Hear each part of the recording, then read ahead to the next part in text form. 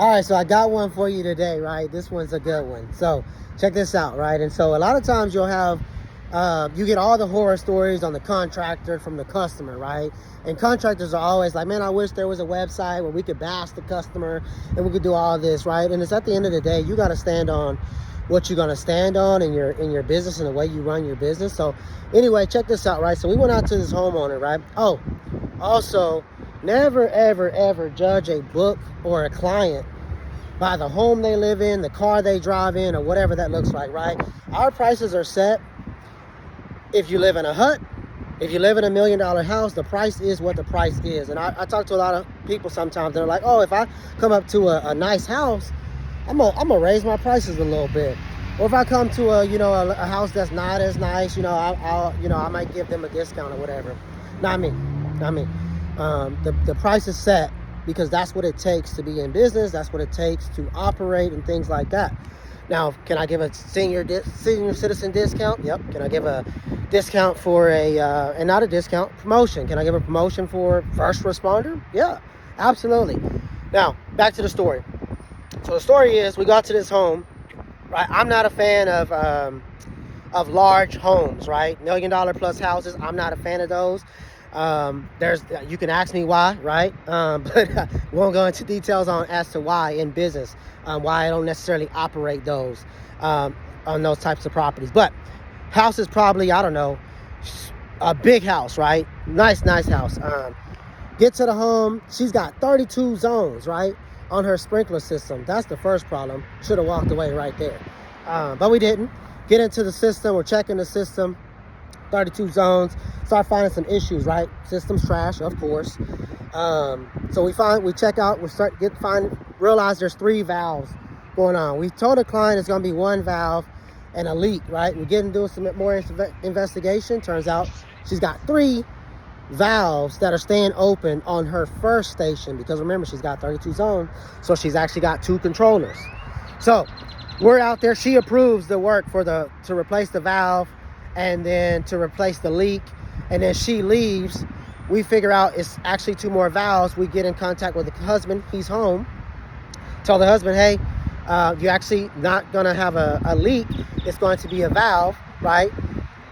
So this is would you like to approve that work? Husband approves it. Wife comes back. Husband and wife get in the car, think they're going to take the kids to, basketball practice or whatever, after school program, something like that, right? Then after they leave, my team gets a text, says, hey, so what's the total again? We tell them the total. They're like, nope, not paying it. Y'all can stop doing what you're doing. Here's the problem. Work's already done, right? So my team, we're out there on site. We say, okay, cool, we're going to finish the job. Customer will come back. We'll talk. We'll walk them through everything that got done. Show them, the process, everything, whatever that looks like, right? Then we can explain, here's the cost, this is why. They say, so we go ahead and finish covering up, taking all our documentation, footage and everything, pictures. That way when the client comes home, we can go through the walkthrough. Client never actually comes home, so the team ends up leaving. Says they set an appointment to go out there today around 1 o'clock to talk to the homeowner, right? Homeowner and Miss Andrea, they're having a discussion, right? And turns out the customer wants to negotiate, right? She wants to negotiate like, we're a used car dealer or whatever, right? And here's a funny thing to note, that the grocery store does not discriminate against you. The gas station don't discriminate against you. They don't care what kind of car you drive. They don't care what kind of house you live in. Contractors should also not discriminate against you. I'm not here to discriminate against you. Your house don't impress me. I love nice houses. I love to drive nice neighborhoods and look at nice houses, right? So don't get me wrong. I love a nice house. But it don't mean nothing to me if that credit card don't swipe and the payment don't go through, right? So here's the deal. So we get out there, the customer's like, hey, I want to only pay this because I call some other sprinkler companies, right? Don't even get me started on the way that companies charge and don't charge enough and do so much work, and they don't understand their value and all the things. That ain't this video. But get out there. She's like, I'm not paying. They call me. I'm like, okay, look, this is what we can do. Let me run some numbers real quick. This is what we can offer at the lowest amount, just so we can still, walk away from the client with our heads up, right? And we can still make sure that our contractors are going to get paid. Customer says, nope, not paying it. She agrees to the amount. She agrees to the amount, but she says, no, can't run my credit card. I'm gonna write you a check. Nah, I don't like checks. Anyway, she already a difficult customer. We're gonna take the check. We're gonna hope that it clears, right? Miss Andrea gets into the car. She's driving. She calls me in the moment. She didn't look at the check. She's already frustrated with the customer. She's trying to get out of there. She looks at the check. The check is written for $200 less than what the lady agreed to on the second agreement. I'm like, okay, so the check, you said that it was agreed upon price of this. That's what we agreed on. The client says, okay. Then she writes you a check, and the check is written for $200 less. I said, turn around, take the lady, go knock on the lady's door, give her a check. You tell her you have an amazing day. Thank you for the opportunity to serve you, right? Miss Andrea's like, you sure? I said, yes, we already understood that we were going to walk away if it was necessary to walk away. So that's what we're going to do. That conversation was had as well when she originally called me with the negotiation tactics, right? But yeah, I told her, go back to this client's home, give her a check back in her hand, and you tell her, thank you so much for the opportunity. You have a great day. Andrea pulls back up to the client's home. She's out there spraying weeds or whatever. Walks up to the client, says, hey, by the way, I was driving off and I noticed that the check was written for an amount lower than what we agreed on. And the lady looks dead in her eyes. She says, yeah, I'm not paying it.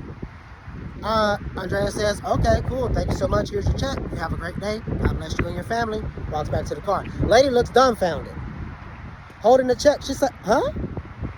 Yes, because we're going to stand on what we're going to stand on. My prices are set because it took me a long time to realize I'm not doing this for fun.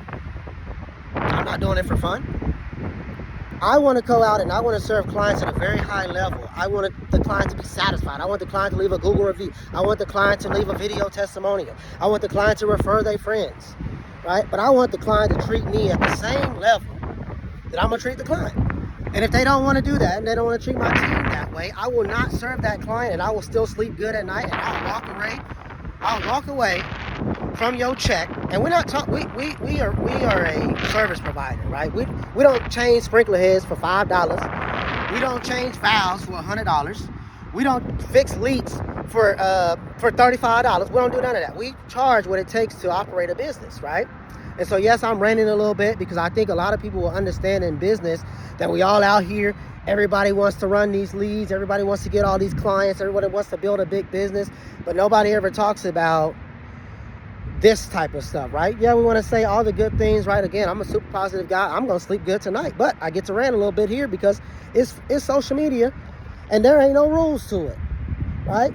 And I want you to understand that Well Done is a sprinkler company. Well Done is set up to fix sprinklers. That's what we do. We're going to go out there. We're going to serve you well. You're going to get a confirmation when you book the job. You're going to get a text message when we show up. My team's going to show up professionally, right? They're going to knock on the door, walk you through the process, get to know you a little bit, not just here to fix your sprinklers, but to get to know you, build a relationship with you, right? Long term, you call us back, we get you fixed up, put some warranty on it, all the things. And so when I deal with a client or my team deals with a client that, right, ideally would be the ideal customer because of the appearance that they put on. Nice house, nice cars, nice everything, right? But that's not what makes a good customer. A good customer makes a good customer, and a bad customer makes a bad customer. And you got to be willing to walk away when a customer is not willing to understand and pay for the value and the service that you offer them, even when they agree to it. You got to be able to walk away and not take the pennies on the dollar that the customer now says that you're worthy of, right? You got to be able to walk away from that. You got to eat it. You still got to pay your contractors, right? And this is why at the end of the day, you still got to charge what you got to charge, because there's got to be profit on the table so that you can still operate your business just when you run across a customer that decides they don't want to pay you because you're not worth it, right? And I want you to know that you are worth it. Your business is worth it. I want you to charge more. I want you to serve better, right? I want you to brand harder. I want you to do all the things, right? And I want you to understand that it's your business. You run it. You operate it the way that you want it to operate. You run it to make money, right? And you build something that matters to you and your customers, to your team. You do all the things, right? And You guys, anyway, that's a 10-minute video. I'm gonna cut it right there. You guys be fun. Y'all have a great rest of your day.